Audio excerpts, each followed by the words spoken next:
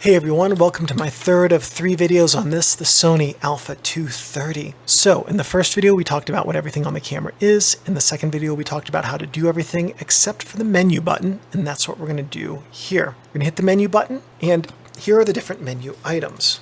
So the way to navigate this is when you hit the menu button, you're going to come here to the top of your first menu. This is called the recording menu, tab 1. That's recording menu, tab 2. So you switch tabs by pushing left and right, okay? When you get to the end of the recording tab, now you come over here to settings, and that's 1 tab. Then we get over here to playback, and that's 1 tab. And then we come over here to the custom menu, and there are 3 tabs, okay? So as we go through it, we'll hit left and right to select different tabs. When we get to the tab we want, we'll hit down to get into those tab items, and up to select them. And then we hit the AF button to select the thing that we want to talk about, okay? First thing, I'm going to change this to JPEG so that we can get to the image size. First item is your image size. If we hit OK, large, medium, and small, 10 megapixels, 5.6, 2.5. Back when this camera came out, SD card, well, memory in general was really expensive, okay? So a 32 gigabyte memory card, I remember the first time I bought a 32 gigabyte memory card, it cost the exact same amount as the 256 gigabyte memory cards do as of this video's recording. So memory was spendy, and it would be a good idea for people who need it to maximize their memory by only getting a 4 or an 8 gigabyte memory card to shoot in something smaller than full 10 megapixels. However, today memory cards are cheap. 32 gigabytes, I think they're like $5 as of this video's recording. So instead of shooting in JPEG, just shoot RAW. If you're here to learn to be a better photographer, shoot RAW. You'll get more out of your photos than you will if you're shooting JPEGs. And you'll learn to be a better photographer by editing in RAW. RAW and JPEG was a thing back in the day that made a lot of sense for shooting RAW, and if you had something that was like before Windows 10. Older versions of Windows could not display thumbnails on RAW files. Current versions of Windows can. So if you're using anything Windows 10 and later, then what you want to do is just shoot RAW. You can save a little bit more space on your SD card, and you don't need to have that JPEG that was used just as a thumbnail preview. Aspect ratio is 3:2 or 16:9. 16:9 crops the top and the bottom of the frame off, but it would be really good for doing something like creating video thumbnails. If the only thing you're ever going to do with this camera is create video thumbnails or something like that, then, or desktop wallpapers or whatever, 16:9 is a fine option. But with 16:9, you crop your image. You can never get that lost data back. With 3:2, you can always crop your image down to 16:9. We talked about quality already. Flash compare. Oh, flash compensation. When you're in flash mode, and since I have flash disabled, let me turn it back on here really quickly.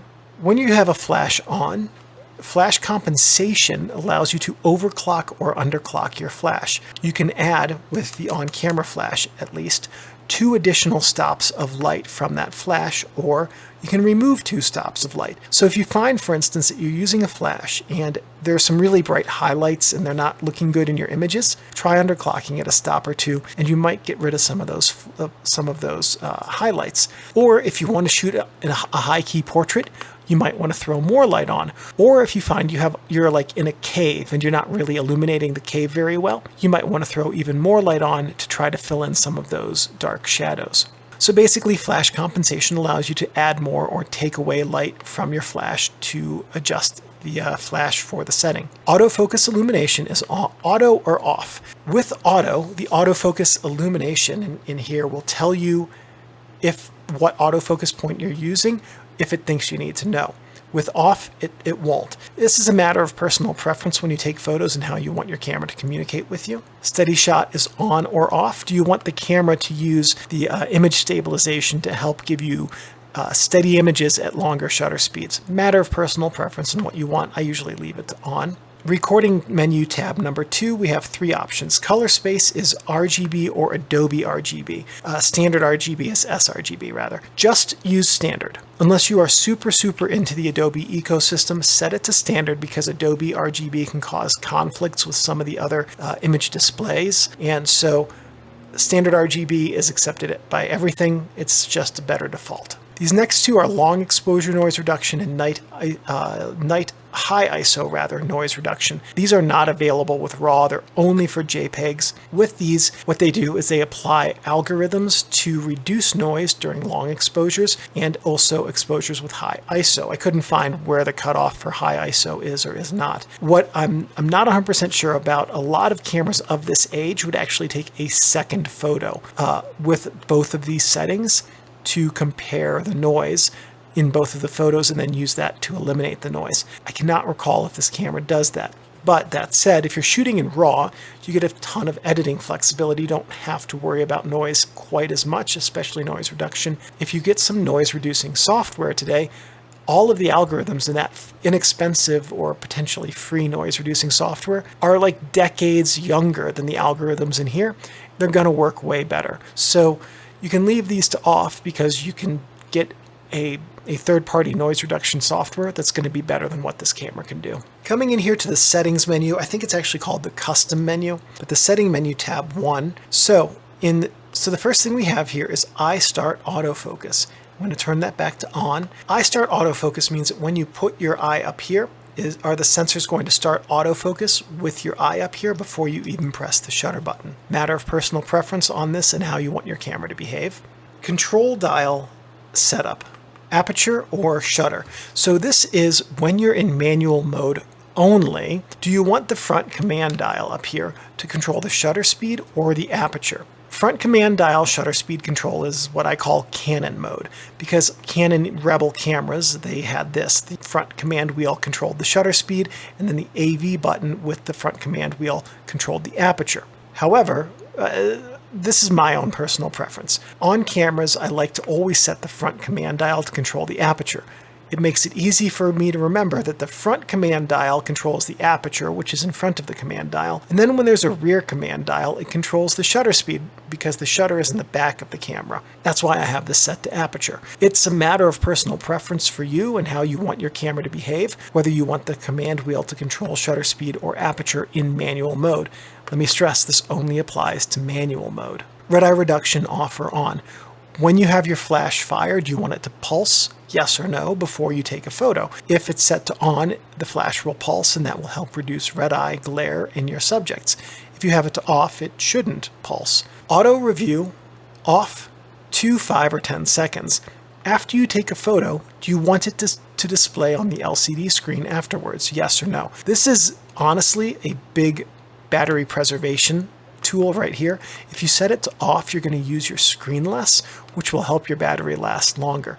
Also, setting it to off trains you to not look at your photos right after you take them, so you have to be more certain about what you do when you take a photo, and that's going to make you a better photographer. But if you do want to see your photos after you take them, you can set this to how long you want them to be displayed after you take a photo. Auto off with VF, so on or off. This is the one I was looking for, so watch this. I just set that to off, and now I put my eye in front of the viewfinder, and the screen does not turn off, okay? I'm going to turn that here to on and back out, and now if I put my eye in front of the viewfinder, the screen turns off. So this is a matter of personal preference to an extent, because if you have the viewfinder on when your eye is up to the viewfinder, it can make it really, really hard to see through the viewfinder, especially at night. But that's what that function does. Playback menu, we only have one thing that's not grayed out because there's no memory card, and that is your playback display. But we're going to go through what each of these different things are. Delete will allow you to delete files. I think the delete menu will also allow you to delete multiple files, not just one at a time. Format's the memory card. Slideshow plays back a slideshow so you can see the images you have.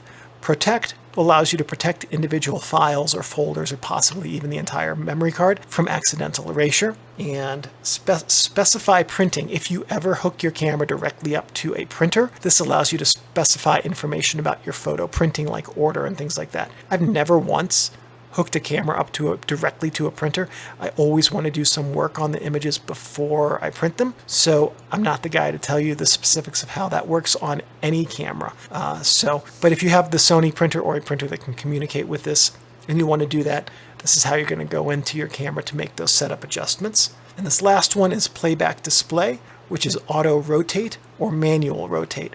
When you have images, if you have it in auto rotate, it's going to display all of them so that the bottom of the image is toward the bottom of the camera. A landscape photo will take up the whole LCD screen. A portrait photo will take up the center of the LCD screen with letterboxing on the sides. Manual rotate will mean you will need to manually rotate your camera with portrait photos to see them in the proper orientation. Matter of personal preference on this and how you want your camera to behave. What I think I called the custom menu before is actually called the setup menu, and we're here in setup menu tab 1, and we have the first one, which is LCD brightness, +2 down to -2. Really good for indoor or night settings, really good for daytime settings, matter of what you're going to be using your camera for and where you're going to be at. Power save mode. How long do you want your camera to wait until it automatically turns off after the last button's been pressed? I set it to 30 minutes for these videos because it is really annoying to have them turn off every 10 seconds. But if you only have one battery and want to conserve it when you're out shooting, you might want to set that to 10 seconds.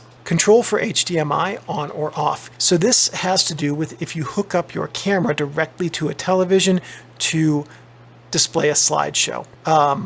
That's not something I've ever done. I don't own a TV and I don't actually know how to hook a camera up to a TV. So if what this will do is I believe that the way this works is that with on, the camera has control for the HDMI setting and communication with the TV. With off, it's the TV. So if you hook this up to your TV and it's not communicating, try the other setting and see what happens. Display color, black.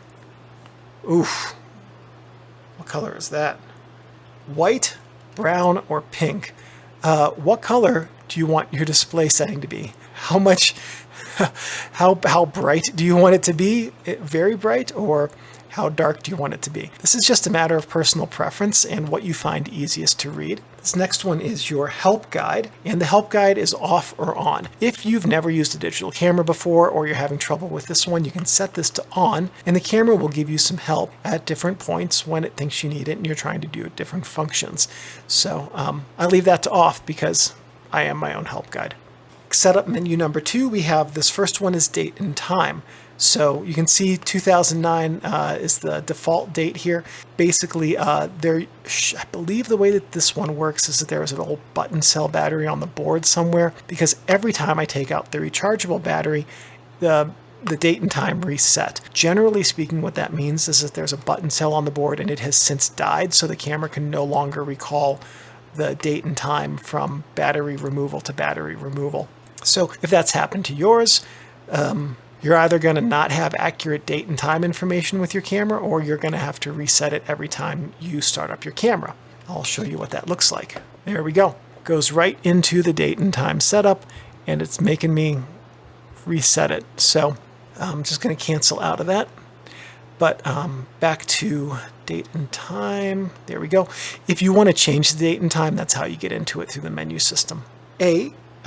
Language right here allows you to select between English and French, Spanish, and a few other languages, so you can determine what language the menu system is going to be in. File numbering is serial or reset. With serial, it will start at, I think, 0001 or something like that, and then go up to 9999 and then recycle. With reset, you can force it to go back to 0001, and those are your two options for that one. Folder name, standard format or date format. Matter of personal preference and how you want your folders to appear. So these next here are select folder, and also select folder, and the new folder is underneath it. So what that means is if you have multiple folders on your memory card, you can select which one the images are written to. If you want to create a new folder, you can create a new folder. So let's say you have date format for your folder, and you have 2 photo shoots on the same day, but you don't want the photos being in the same folder. After your first photo shoot, you can come in, create a new folder, and then your new photos will be saved to that new folder. Over here in our third setup menu, the first option is USB connection, and we have mass storage or peer-to-peer. This applies if you're going to connect your camera to your computer to transfer files to your computer. Here's the thing. This has the USB port we saw on it. That's a Gen 1 micro USB port, it's not fast. You will get much faster data transfer with a new 32 gigabyte SD card and just popping the SD card out of here into your computer and transferring the files from your SD card. That's going to be way faster. So your USB control, I do not recommend using USB connection directly to your computer for this, for file transfer, simply because it's going to take forever. Just use your SD card. Audio signals off or on. Do you want your camera to beep at random times when different things happen? This is a matter of how you want your camera to communicate with you. Do you want it to tell you it'll beep when you have autofocus? It'll beep when you don't have enough light, or things like that. Just a matter of how much noise you want your camera to make. Cleaning mode. After cleaning mode, turn camera off. Okay. What cleaning mode does is it does a little ultrasonic pulse, and then it opens up the shutter so that you can get into the shutter and manually clean the shutter with a brush or a bulb blower. Version is going to display the version of the firmware. For this camera, version 1.10 is the final version of the firmware. I do have a link in the video's description to Sony's hosting of the firmware, so if you have anything younger than 1.10, you can download the new firmware, follow the instructions, and update your camera to the firmware version. Reset defaults will reset all the defaults in your camera and turn it back to factory default, except for the firmware version. That will stay the same. And with that, we've talked about everything with the Sony A230, a really fun little way to get interesting and quirky CCD photos from an inexpensive and easy to use DSLR. Thank you everyone for watching, and I'll see you in whatever camera video comes next.